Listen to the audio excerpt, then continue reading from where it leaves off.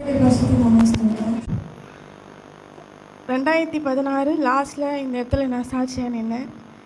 இப்போது 2025 எண்டில் நிற்கிறேன். 2016 என் அப்பாவுக்கு ஆப்ரேஷன் பண்ணியிருந்தாங்க. அப்போது சரியாயிடுச்சுன்னு சொல்லிட்டு சாட்சியாக நின்னேன். அதுக்கப்புறம் 2017 அப்பா தவறுனதுக்கப்புறமா அம்மாவும் நானும் தான் தனிமையில் ரொம்ப கஷ்டப்பட்டோம். அப்புறமா எனக்கு 28 வயசு ஆயிடுச்சும் திருமணம் நடக்கலை. அப்போ ரோஷன் அங்கிள் 2021 ஜான்வரி மந்த்து சொன்னாங்க, உனக்கு இந்த எண்டுக்குள்ளே உனக்கு கல்யாணம் ஆகிடும் அப்படின்னு சொன்னாங்க. அதை நான் வச்சு ஜோம் பண்ணிகிட்டு இருந்தேன். ஏப்ரல் மந்த்து அங்கிளும் இல்லை, அங்கிளும் போயிட்டாங்க. அதுக்கப்புறமா ஆறுதல் சொல்கிறதுக்கு எனக்கு ஜபத்தில் தீர்த்துறதுக்கு யாருமே கிடையாது. தனிமையிலேருந்து ஜோம் பண்ணுவேன், மணிக்கணக்கில் ஜோம் பண்ணுவேன். நைட்டெல்லாம் ஒர்க் போயிட்டு வந்து ஜோம் பண்ணுவேன். 11 மணிக்கு வரையும், 12 மணி வரையும், 2 மணி வரையும். அது டைமே கிடையாது. 29 வயசு ஸ்டார்ட் ஆகிடுச்சு செப்டம்பர் மந்தில். இதுக்கப்புறமா எனக்கு நிச்சயம் ஆகி கல்யாணம் ஆகி முடிக்கிறதுக்குள்ளே அடுத்த வருஷம் ஆகிடும் நானே ஒரு நம்பிக்கை வச்சுட்டேன். அக்டோபர் மாதம் பாதியில் திடீர்னு அவங்க வீட்டிலேருந்து வந்து ஒரு வாரத்தில் பார்த்தாங்க, அடுத்த வாரத்தில் என்கேஜ்மெண்ட்டுன்னு சொன்னாங்க, இன்னும் ஒரு மாதத்தில் கல்யாணம்னு சொன்னாங்க. நம்பவே முடியல என்னால் சுத்தமாக. அதுக்கப்புறமா அந்த என்கேஜ்மெண்ட் ஆனால் அந்த 1 மந்த் கேப்பில் நிறைய பிரச்சனை. எனக்கு திருமணம் நடக்குமா நடக்காதான்னு சொல்லிட்டு அதிகமாக யோசித்தேன். ஜோம் பண்ணேன். நவம்பர் மந்த் இங்கே ப்ரேயர் நடக்கும், 72 hours ப்ரேயர்ஸ் இங்கே நடந்துட்டு இருந்தது.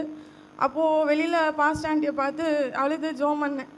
ஆண்டி இதை மாதிரி சொல்கிறாங்க, அவங்க வேண்டான்னு சொல்கிறாங்க, அது கொடுத்த காசை திருப்பி கொடுத்துறேன்னு சொல்கிறாங்க, என்ன பண்ணுறதுன்னு தெரியலன்ட்டு. ஆண்டி ஒரு வார்த்தை சொன்னாங்க, நீ திருமணத்துக்கு முன்னாடி ரொம்ப கஷ்டப்பட்டுட்ட, திருமணத்துக்கு அப்புறமா உன்னை ஆண்டவர் ஆசீர்வதிப்பார்னு. அதே மாதிரி தான் டிசம்பர் 6ஆம் தேதி திருமணம் நல்லபடியாக நடக்க ஆண்டவர் கிருபை கொடுத்தார். திருமணமான ஒரே மாதத்தில் ஜான்வரி 14ஆம் தேதி நாங்கள் ஊருக்கு கடந்து போனோம் ஒரு ஃபங்க்ஷனுக்காக. காரில் நான், என் கணவனார், அம்மா, மாமியார், மாமான்னு சொல்லிட்டு காரில் கடந்து போனோம். விருதுநகர் தாண்டி போயிட்டு இருக்கும்போது விடிய காலம் 6 மணிக்கு ஆக்சிடெண்ட். லெஃப்டில் போயிட்டு இருந்த காரு கீழே டவுனில் இறங்கி அடுத்த ரோடு ரைட்டில் போயிட்டு இருந்த அந்த சைடு உருண்டு போய் விழுந்துச்சு. அதுக்கு 5 minutes முன்னாடி தான் டேங்க் ஃபில் பண்ணாங்க, டீசல் ஃபில் பண்ணிட்டு போனாங்க. சப்போஸ் டீசல் டேங்க் எதாக இருந்தாலும் நாங்கள் என்ன ஆகிருப்போம்னு எங்களுக்கு தெரியாது. அந்த நேரத்துலேயும் ஒரு அடி கூட யாருக்குமே கிடையாது. என் கணவனுக்கு மட்டும்தான் சின்ன ஒரு பின்னாடி வந்து இது குத்திருந்தது, கிளாஸ் குத்திருந்தது. மற்றபடி ஒரு அடி கூட கிடையாது. அங்கே இருக்கவங்க எல்லாருமே ஆச்சரியப்பட்டாங்க. யாருக்கும் ஆம்புலன்ஸ் கூப்பிடுங்கன்னு ஆம்புலன்ஸ் கூப்பிட்றதுக்கு அவசியமே கிடையாது. திருப்பி அங்கேருந்து நாங்கள் ஊருக்கு போனோம். அப்போவும் காத்தார். என் பொண்ணு 7 மாதம் ப்ரெக்னெண்ட்டாக இருக்கும் போது பைக்கில் ஸ்கிட் ஆகி கீழே விழுந்தது. நான் பின்னாடி தான் விழுந்தேன், முன்னாடி விழலை. அப்பவும் என் பிள்ளையும் மகளையும் காத்தார். நான் நார்மல் டெலிவரிக்கு தான் ப்ரேயர் பண்ணேன். ஆண்டவரை சித்தம் எனக்கு சி செக்ஷன் தான் சொல்லிட்டு, சரி அதுவும் பரவாயில்ல, என் பொண்ணு பத்திரமா வந்தால் போதும் அப்படின்னு சொல்லிவிட்டு நான் அதுக்கும் ஓகே பண்ணி ஜோம் பண்ணிட்டு தான் போனேன். ஆப்ரேஷன் நல்லபடியாக முடிஞ்சது. என் மகள் நல்ல சுகத்தோடு இருந்தா. அவளுக்கு 1 வயசு ஆகும்போது அவளுக்கு எவ்வளோ பலவீனம் வந்திருக்கு. 2 வயசு ஆகும்போது பலவீனம். 2 வயசு முடிஞ்சதுக்கப்புறமா கீழே விழுந்து இங்கெல்லாம் ஸ்க்ராட்ச் ஆகி தையல் போடணுன்னு சொன்னாங்க. அப்பவும் ஆண்டவர் தான் காத்தாங்க. எனக்கு ஒரு பெரிய விருப்பம் என்னென்னா, ஊரில் எங்கள் வீட்டில் வந்து பார்த்தவங்களுக்கும் தெரிஞ்சிருக்கும், எங்கள் வீடு ரொம்ப மோசமாக இருந்தது. அதுக்காக நான் அங்கிள்கிட்டேயும் ஆண்டிக்கிட்டேயும் எத்தனையோ வாட்டி ஜோம் பண்ணேன். இடத்த பார்க்கணும், வீட்டை ரெடி பண்ண ஆண்டியும் ஜோம் பண்ணுங்க அப்படின்னு சொல்லிட்டு. இந்த வருஷம் ஸ்டார்டிங்லேயே வீடு எப்படின்னா ரெடி பண்ணணும் அப்படின்னு சொல்லிட்டு பிரயாசப்பட்டு ஸ்டார்ட் பண்ணியாச்சு.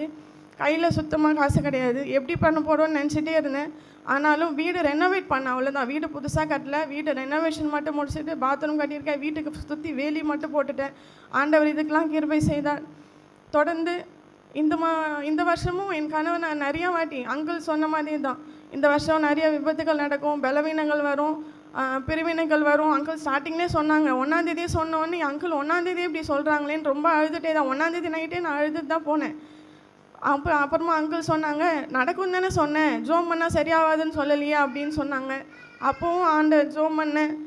இந்த ஒரு மாதம் ஒரு பலவீனம் என் கணவருக்கு. எதனா ஒரு ஷூட்டிங் போனாங்கன்னா காலில் குத்திச்சுன்னு சொல்லுவாங்க, பூச்சி கடிச்சிச்சுன்னு சொல்லுவாங்க.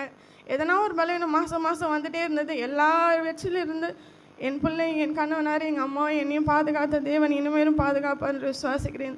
கத்த இந்த சிறு சாட்சி ஆசீர்வதிப்பார்.